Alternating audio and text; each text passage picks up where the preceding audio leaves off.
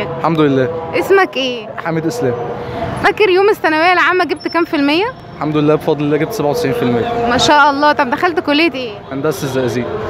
طيب لو رجع بيك الزمن هتختار نفس الكليه دي ولا هتختار كليه تانية؟ اختار نفس الكليه. طب ليه؟ عشان في بلدي، انا فقري بحب اقعد في مصر. ايوه. طب انت هتتخصص في قسم ايه؟ كهرباء ان شاء الله. ان شاء الله. طيب لو جبت 50، كمل معايا الجمله دي، جبت 50% جبت 90%، العبره بايه؟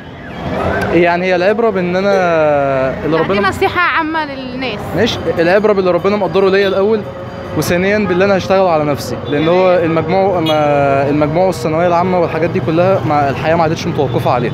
تمام. الواحد لو لقى مجال نفسه شاطر فيه زائد انه يكون ناصح هيشتغل تمام عادي. كويس جدا. طيب تحب توجه نصيحه ايه للطلاب اللي مقبلين على ثالثه ثانوي؟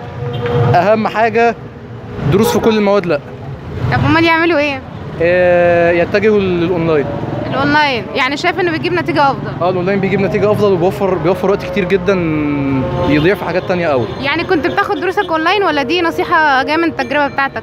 لا، انا نزلت دروس بره في مادتين في اللغات. اللي هما فرنساوي وانجليزي. والعربي، لكن اللي هي المواد التانية خدتها اونلاين كلها. تمام. ماشي، متشكرين ليك. عفوا.